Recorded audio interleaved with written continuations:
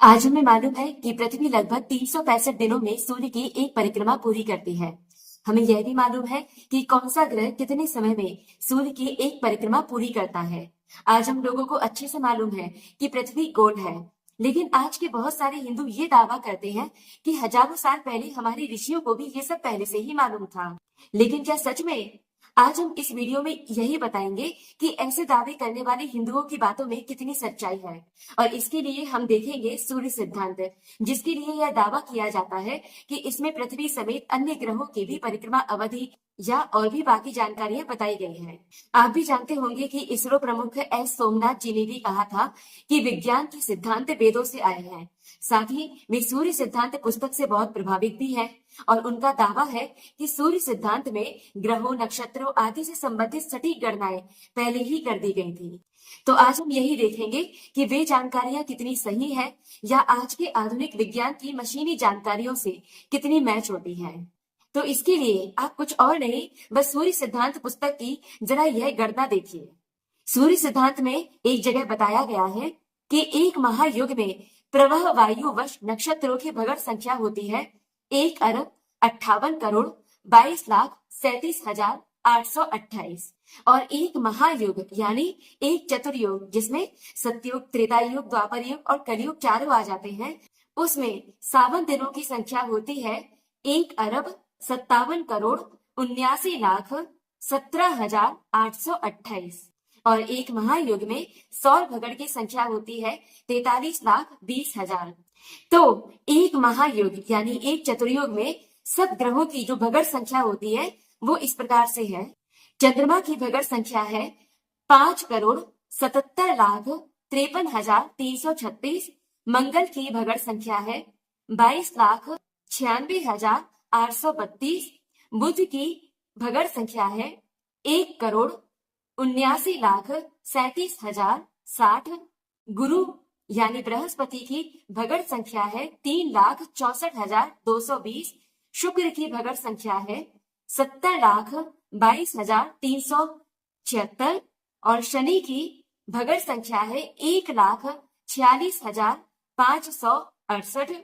चंद्रोच्च की भगड़ संख्या है 4,88,203। अब यहाँ जो सूर्य का उदय बताया गया है वो कुछ और नहीं बल्कि एक सिविल डे की शुरुआत है। इसलिए सिविल डेज बराबर होता है नक्षत्रों की भगड़ संख्या माइनस सूर्य के परिक्रमण की संख्या, यानी कि सिविल डेज बराबर या सावन दिन की संख्या होती है 1,57,79,17,828। तो ग्रहों की कक्षीय अवधि का मान होता है सिविल डेज अपॉन परिक्रमणों की संख्या। तो अब इस प्रकार से जो ग्रहों की कक्षीय अवधि है, यानी कि कौन सा ग्रह सूर्य की एक परिक्रमा कितने समय में पूरा करता है, उसका मान निकल जाएगा। तो इसी फार्मूला से हम निकाल सकते हैं कि पृथ्वी की कक्षीय अवधि बराबर है 365.2 दिन, चंद्रमा की परिक्रमा अवधि है 27.3 दिन, बुध की परिक्रमा अवधि है 87.9 दिन, इसी प्रकार शुक्र की परिक्रमा अवधि निकलती है 224.6 दिन और मंगल की परिक्रमा अवधि निकलती है 686.9 दिन। इसी प्रकार आप बाकी ग्रहों की भी कक्षीय अवधि निकाल लीजिए और सूर्य सिद्धांत के मुताबिक की गई ग्रहों की कक्षीय अवधि की इन गणनाओं को आप नासा, विकिपीडिया या जहां भी चेक करना हो कर लीजिए। ये उस समय के मान है जब गणनाएं की गई थी। इसी के साथ सूर्य सिद्धांत के अनुसार पृथ्वी गोल ही है। सूर्य सिद्धांत के मुताबिक पृथ्वी यानी भूपृष्ठ पर सर्वत्र अपना स्थान ऊपर ही प्रतीत होता है। सभी लोग अपने आप को ऊपर और अन्य को तिर्यक या अधोमुख मानते हैं। वस्तुतः अनंत आकाश में स्थित गोल का ना कहीं ऊर्ध्व है ना कहीं अधः है, अर्थात सर्वत्र समान रूप से पृथ्वी पर ऊपरी भाग में ही स्थिति ज्ञात होती है। अतः अपने स्थान से चारों ओर गोलाकार होते हुए भी मनुष्य पृथ्वी को चक्राकार यानी चपटा देखता है।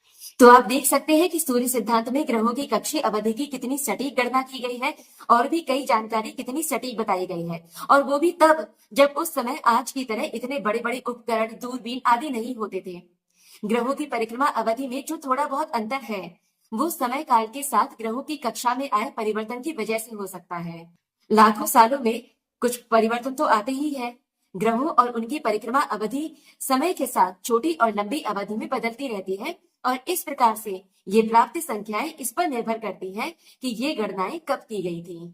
आप पढ़ सकते हैं कि खगोल वैज्ञानिकों के अनुसार समय के साथ हमारे सौर मंडल के दो सबसे बड़े ग्रहों बृहस्पति और शनि के गुरुत्वाकर्षण के कारण पृथ्वी की कक्षा का आकार लगभग गोलाकार से थोड़ा अंडाकार तक भिन्न हो जाता है।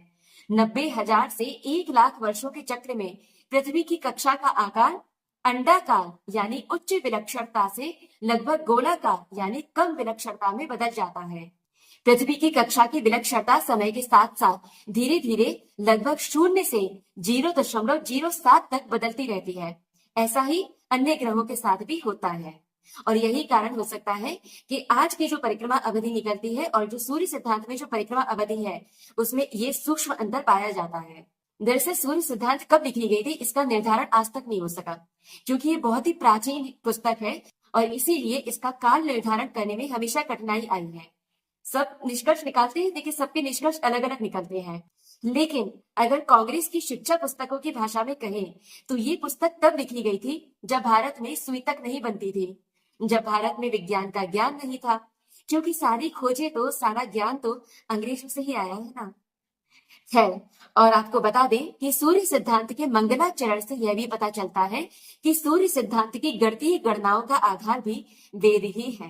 तो वैसे तो मैं ये वीडियो बहुत डिटेल में बनाती, मैं इसमें एक एक चीज को एक एक गणना को बहुत अच्छे से समझाती कि क्या कौन सा मान कैसे आया है और कहाँ पर क्या क्या लिखा है, वो सब कुछ मैं समझाती। लेकिन अब इतने वीडियो बनाने के बाद मैंने ये नोटिस किया है कि आजकल अधिकतर लोगों को सही जानकारियां जानने में या अच्छी जानकारियां जानने में ज्यादा दिलचस्पी है नहीं। लोग आजकल जो अजीब तरह की कॉमेडी है या मिर्च मसाला वाला ज्ञान है, आधा अधूरा ज्ञान है, वो लोग ज्यादा पसंद करते हैं। तो इसीलिए इस वीडियो को बहुत ज्यादा डिटेल में बनाने का मन नहीं हुआ क्योंकि वीडियो बहुत लंबा हो जाता और लंबा वीडियो बनाने में बहुत मेहनत लग जाती है। जय श्री राम।